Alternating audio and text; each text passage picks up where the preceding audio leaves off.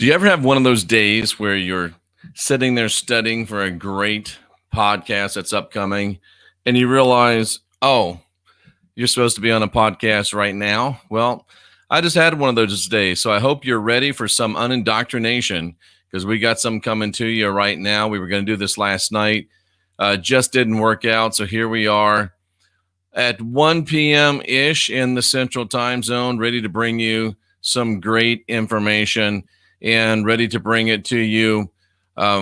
This first segment from our friends at Miles Franklin Precious Metals, 29 years of reliability from the same father and son team. If you thought about getting any precious metals, send me an email at Jeffrey Daugherty, Jeffrey at jeffreydaugherty.com, and we'll get you the information you need. Soon we'll have a much more convenient link, but we're just starting this new partnership. So it's a great time to start thinking about it. So here you go, ladies and gentlemen. And it's Miles Franklin. And again, 29 years of dependability from father and son. So let's talk about something that sounds pretty dramatic only because it is sacrifices for the games from Rome to today and probably beyond. A little bug put in my ear by our good friend Marsden Brooks. And it's very, very interesting when you start looking at this. It's very powerful when you start looking at this. And it makes you wonder what the hell is going on when you start seeing what the hell is going on. Now, most of you know that back in the days of the Roman games, and are we still in the days of the Roman games? That's where we get to with this. But back in the days of the Roman games, they actually did sacrifices, literal sacrifices to the gods of the games. Initially, animal sacrifices. It grew to the place where they did human sacrifices. If you've ever been down to the Riviera Maya, if you've been to Chichen Itza, you see the big ball court there. They actually played games there, and guess what? The winners were sacrificed to the gods. So this idea of having athletic contests, having games, and sacrifice have always gone hand in hand. Well, not anymore, Jeff, not today. Are you sure? Are you positive? Let me give you some things to think about. Let me give you some things to consider. And folks, let me tell you, I grew up a huge sports fan. My dad and I were huge sports fans. We loved hockey. We grew up in Florida, only ice in the drinks, but we loved hockey. We went to every single game of the Tampa Bay Buccaneers for 3 seasons, their first 3 seasons. And cousins, it wasn't pretty. My dad was one of the original season ticket holders of the Tampa Bay Devil Rays baseball team. So I'm a big sports fan.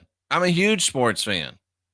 And yet, if I'm going to look at things objectively, if I'm going to look at things realistically, I've got to look at things objectively. I've got to look at them realistically. It's like today.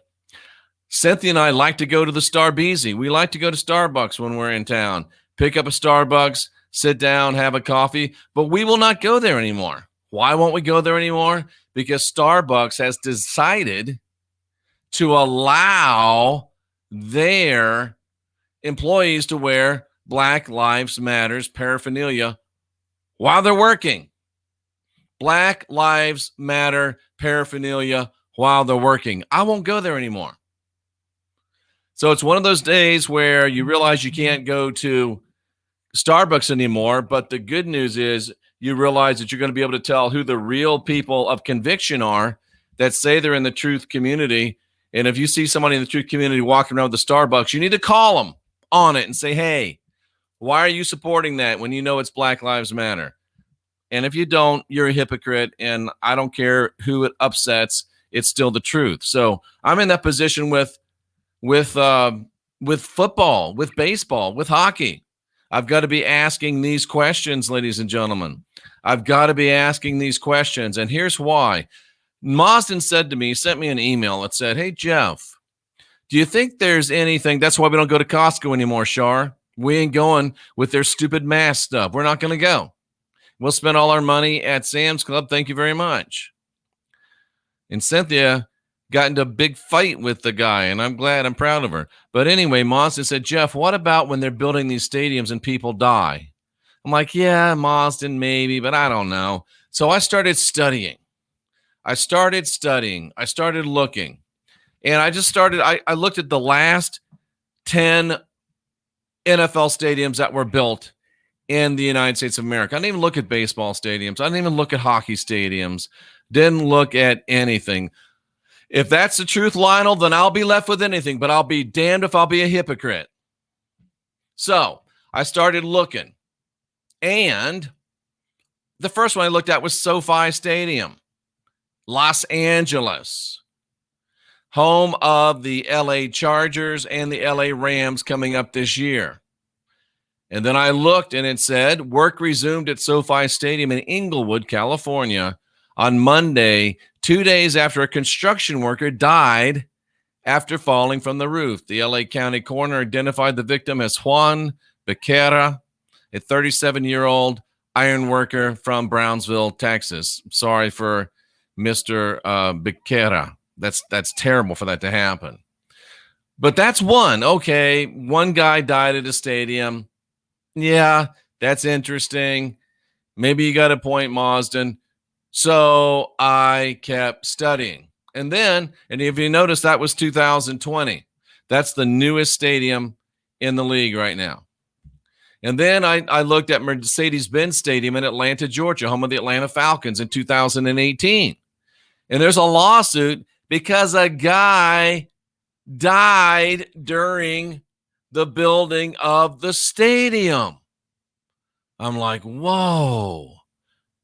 A guy died in that stadium too. Okay, so that's the last two stadiums. Well, how about oh man, I cut myself off. This was the Hard Rock Stadium in Miami. I try to make the letters as big as I can be for you to see them, and I cut off the top of it. Up here it says Hard Rock Stadium. And I believe it was 2016, the home of the Miami Dolphins. A construction worker was killed at Hard Rock Stadium. And then I looked at U.S. Bank Stadium, Minneapolis. Been in the news lately.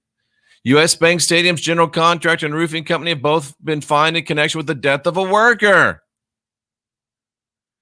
Wow. Okay, let's go back 2013. Levi Stadium, Santa Clara, California, home of the San Francisco 49ers. 63-year-old elevator mechanic doing work at Levi Stadium died. Wow. MetLife Stadium, East Rutherford, New Jersey, home of the New York Jets, home of the New York Giants.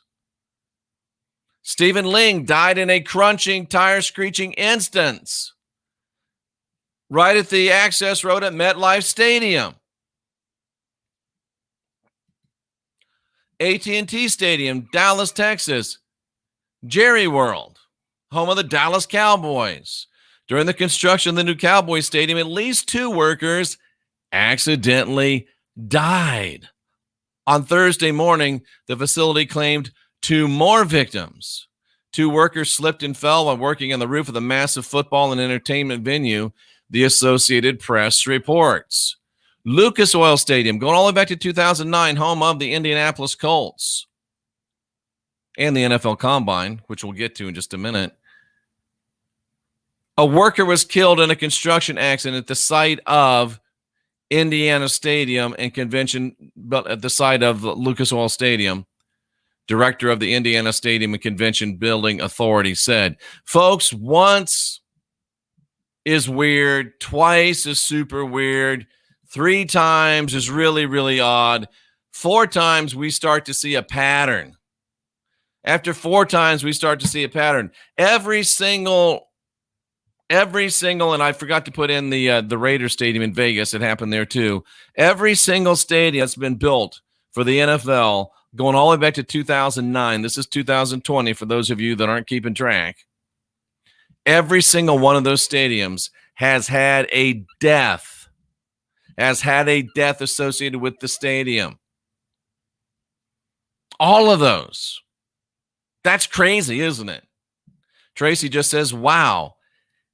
That is, yeah, Mawson's exactly right. There was a death at the Allegiant Stadium named for Allegiant Airlines in Las Vegas, and it was very recent. It just happened.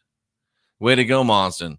All of the new stadiums for the NFL, all of them, every single damn one of them, going all the way back to 2009, there's been deaths during the construction. Lionel says that's a ritual. It sure begins to sound like a ritual, doesn't it? Is there being blood shed and poured and sacrifice in the building of these modern day games, just like there was in the games of old, going all the way back to the Aztecs and beyond? As Tracy says, there's sacrifices. They're sacrifices, ladies and gentlemen. Sacrifices. And it can't just be coincidental. It can't just be, oh, yeah, well, that happens. Really? They build buildings all the time and people don't die in them. They built, Jimmy Hoffa is supposedly still at Giant Stadium buried somewhere, right? And that one's long gone. How do you explain that?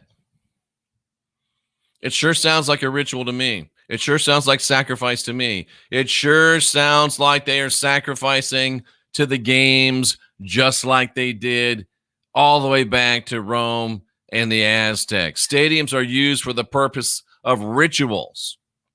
And many can argue that the football games themselves are rituals. Here's another little question I have for you. Why does the NFL play on Sundays? The great god of Rome was the sun god. And could it be that the great god of the United States of America, of the Western world, is still the sun god? Why does the NFL play on Sunday of all days? Tracy mentions the Super Bowl halftime shows. Exactly. Rituals. Why does the NFL play on Sunday? It's a great question. It's an interesting question. It's something that we should ponder. And if you want to help yourself in your pondering, if you want to help yourself in getting yourself straight and clear and in your understandings, you ought to consider getting yourself some Mystech jewelry. You see, I wear it. It definitely keeps me at the original Schumann resonance of the earth, which keeps me in alignment, keeps my cells in harmony instead of chaos, keeps my blood flowing perfectly, which keeps me in great health, keeps my electromagnetic frequencies down, keeps my subtle body, my energy body working. So go to jeffreydaugherty.com and click on the Mystech logo. And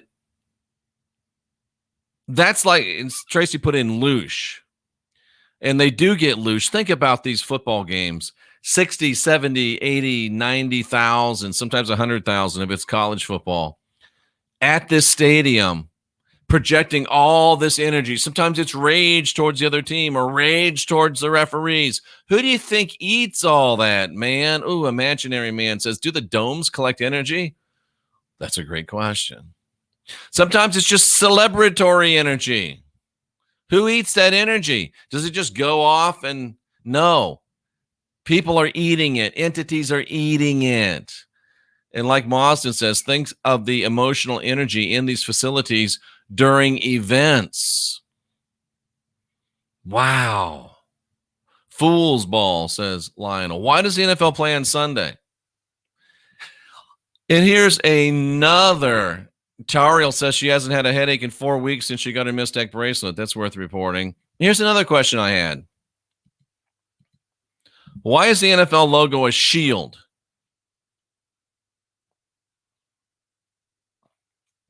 Truth Seeker says domes do magnify sounds and signals.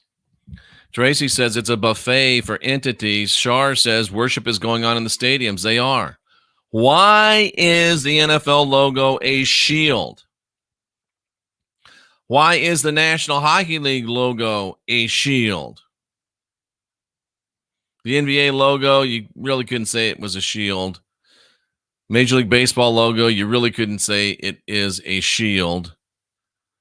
But the NFL logo is a shield, ladies and gentlemen. Interesting, isn't it? And it's called a gridiron. And so often they use metaphors of war and combat in dealing with the NFL. Interesting, isn't it? Interesting, isn't it? And if you remember watch this. This is interesting. If I can pull this guy up. 8 stars. Isn't 8 the number of Saturn? Why, now that you mention it, it sure is. Isn't that interesting, ladies and gentlemen? Watch this. Remember our friend Francisco Ribera, the Jesuit that created end time prophecy in the Bible? The guy that created end time prophecy, and all the end time prophecy people that you listen to are preaching his doctrine, whether they know it or not. You remember our friend Francisco Ribera? Remember we showed him and he had this weird looking little logo thing on his underoos. He's wearing that cape and that robe and who knows what's under it. I want to show you Francisco Ribera's logo that he had around his neck. This makes you wonder, ladies and gentlemen. These are the things that make you say, would you feast your eyes upon that logo that Francisco Ribera is wearing there? Isn't that interesting, ladies and gentlemen? Isn't that interesting? You want me to make it even more interesting? Think of the NFL logo. Think of Francisco Ribera's shield logo right there. And then I'm going to make this even more interesting for you because watch this. Watch this.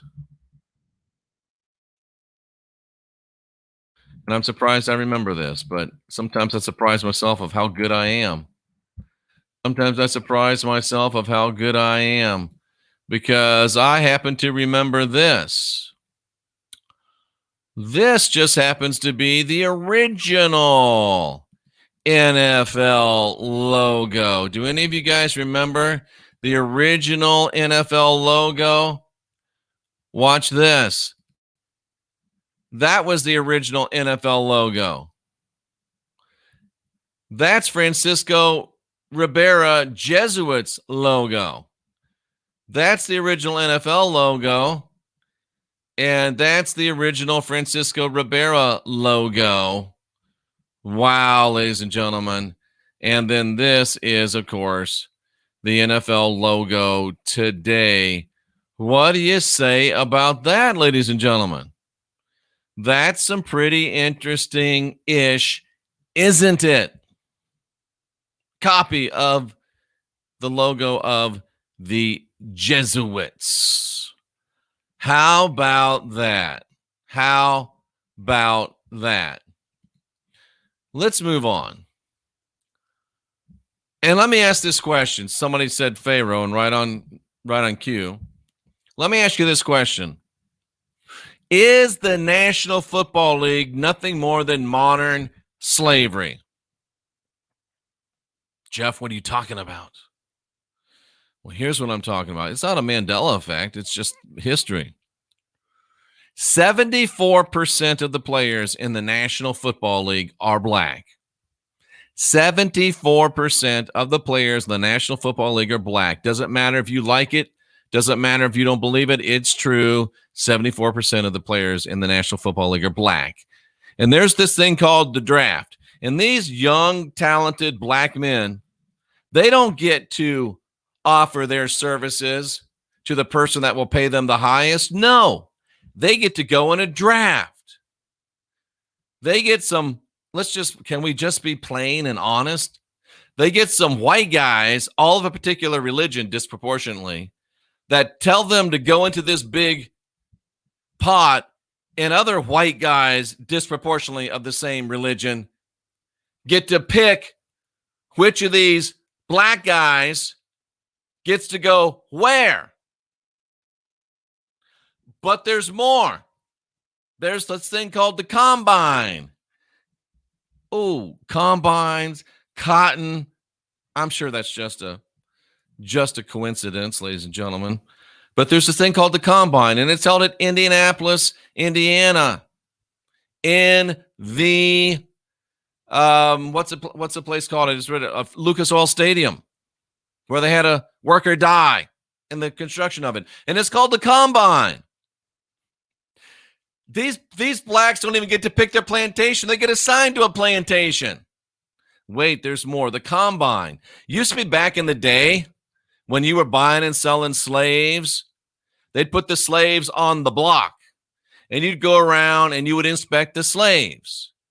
Look in their mouth, look at their eyes, look how big their ankles were, look how big their wrists were. And today, you know what happens in the NFL?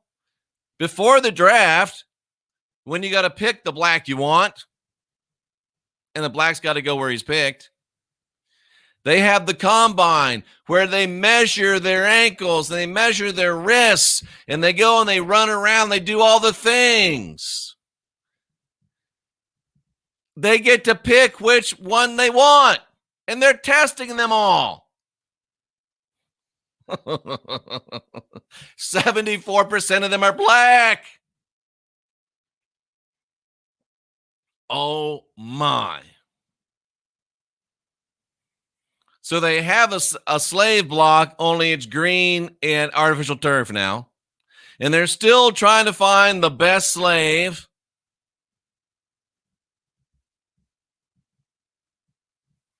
And they still got a big place to find them.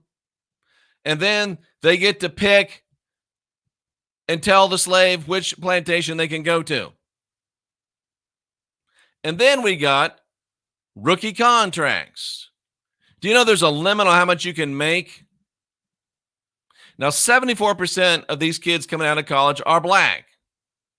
And a bunch of white guys of the same religion are telling them where they're going to go. And a bunch of white guys of the same religion are telling them how much they're going to make. Stay with me, Stephen. Don't make yourself look silly. Hold on. They're telling them how much they're going to make. Hold on, Jenny May. They tell them how much they're going to make. In a rookie contract, comparatively, you don't make much money. I think about Jameis Winston. Happens to be a black guy. He was the number one pick of the Tampa Bay Buccaneers. And I think he got his very last year of a 5-year contract. He made, I think it was $16 million, and that was under extenuating circumstances. But these first 4 years of their contracts, they're not making much money comparatively. Stay with me. Stay with me. They're not making that much money. And then if they last till 5 years, they get a pension from the league. If you can last for 5 years, you get a pension. Isn't that sort of like buying your freedom? But guess what the average career in the NFL is? What's the average length of career in the NFL? 3.3 years. You don't believe me? Watch this. The average length of career in the National Football League is what? It is 3.3 years. 3.3 years. Okay, what is the average rookie salary for an NFL player? Average rookie salary.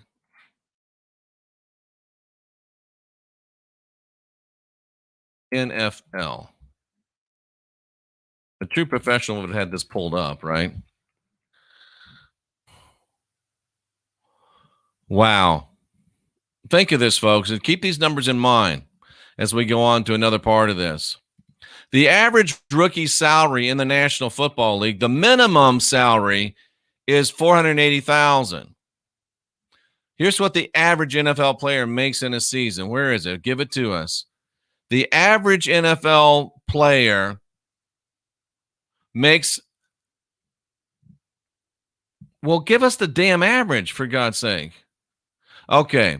The average salary in the NFL is about $2.7 million, and that was in 2017, okay? $2.7 million. You're thinking, oh, that's a lot of money. It is, but stay with me. An average of 2.7 million in the NFL. 2.7 million. Okay? Their average salary is 2.7 million. Now, the guy that makes the most money, let's look up what is the top per year contract in the NFL. It's about 20 million, I think. Yeah, the number one contract. Oh, we're fixing to start some shit right here, ladies and gentlemen.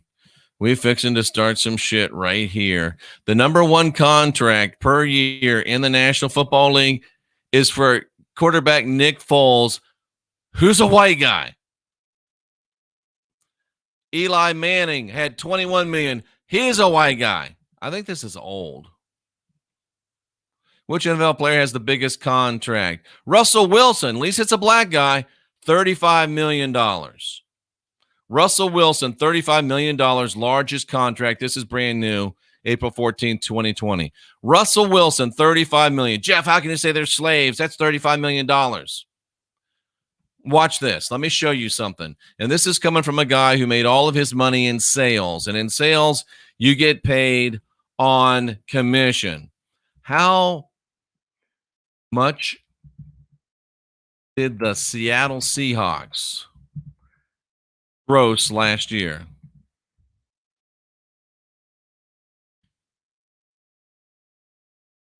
The Seattle Seahawks.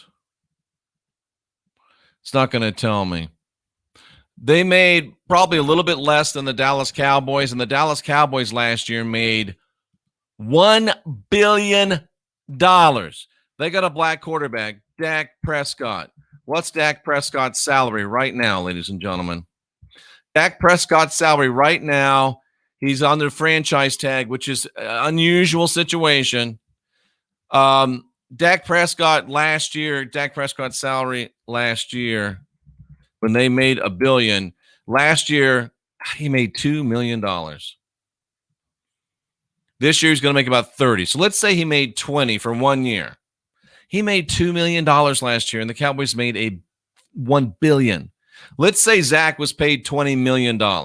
He wasn't. Dak, not Zach.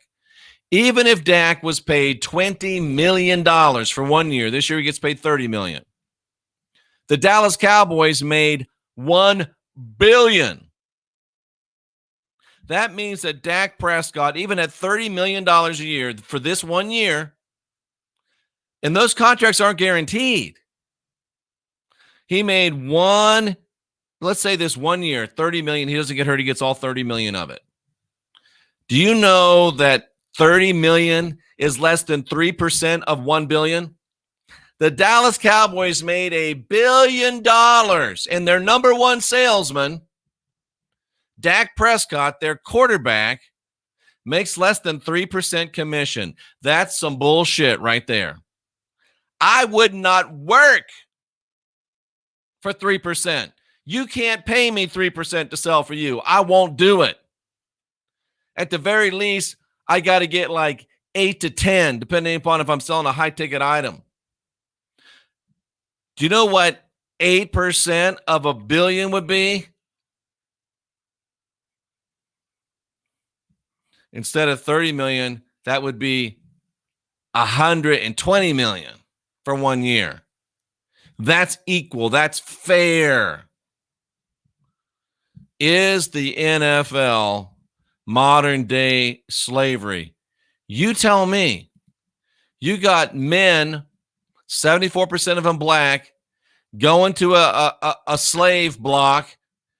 White guys of the same damn religion telling them where they can play, making them sign shitty contracts for 4 years. When do you understand that most of them never get off a rookie contract? It's like $2 million. We just saw it was that Dak Prescott, $2 million. So that means you play 4 years, you make about maybe $10 million in 4 years. And in that time, your team has generated $10 billion.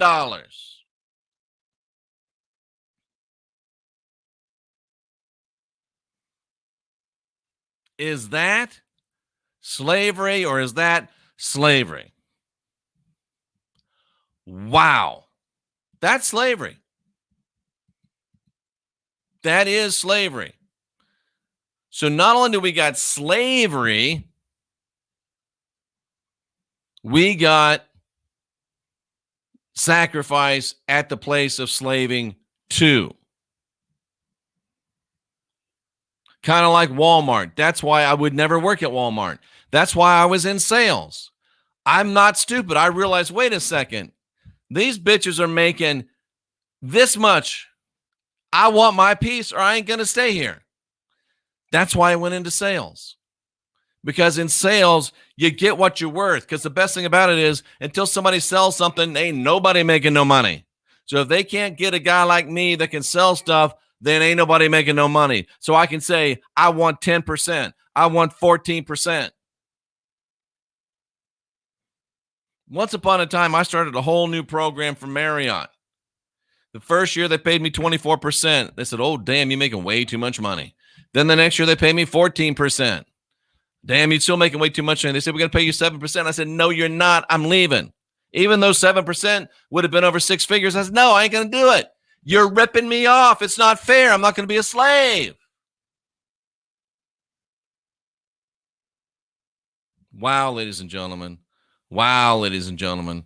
A quick run through the chat room. We've already talked, hit a lot of the things. It isn't pretty. It's true. It's sick. Absolutely.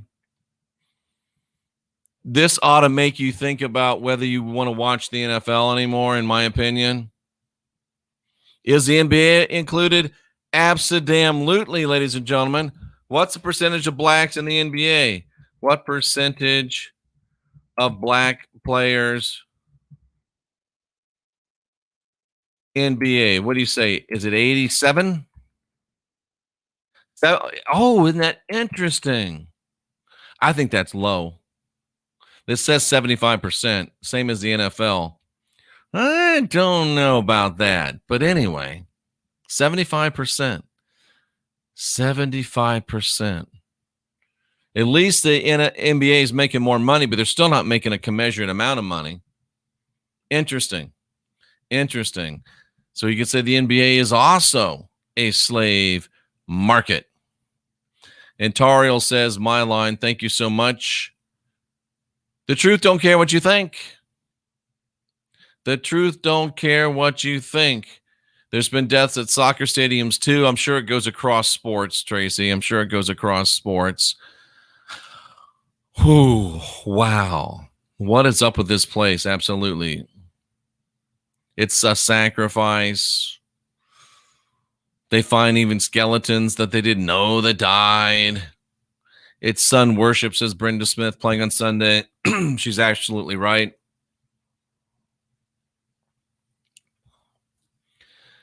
Somebody mentioned, Truth Seeker mentions abortion. I put something up on Twitter. Said if Black lives really matter, why aren't you protesting abortion? When does a Black life start to matter? How old does a Black life got to be before it matters? These are the questions that you have to answer for yourselves, ladies and gentlemen. Moss and Brooks, think of the emotional energy in the places. Absolutely.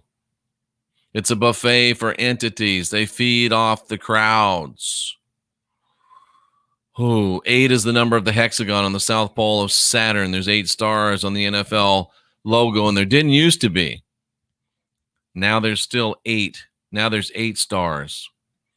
How about that? Logos of secret societies. Sports are a distraction. They really are. They really are. Many slave traders. Millionaire slave. Well, if you're not getting a proportionate amount, and think about it, average career is 3 years. Let's go on the high side. Let's say you make $9 million in 3 years. And you come out with a busted up body. Do you know that if you're running every play, it's like being in a car wreck? Those collisions are the same intensity as a car wreck. They come out with, mental problems, physical problems, beat to hell up, don't have a pension because they didn't make it to 5 years. Like most people, don't tend to be financial geniuses and putting their money away. And it's sad because they end up broke. They end up broke. It's sad. It's slavery. And they all got to walk around with the logo on. That's like tagging. Ooh. Interesting, folks. Very, very interesting.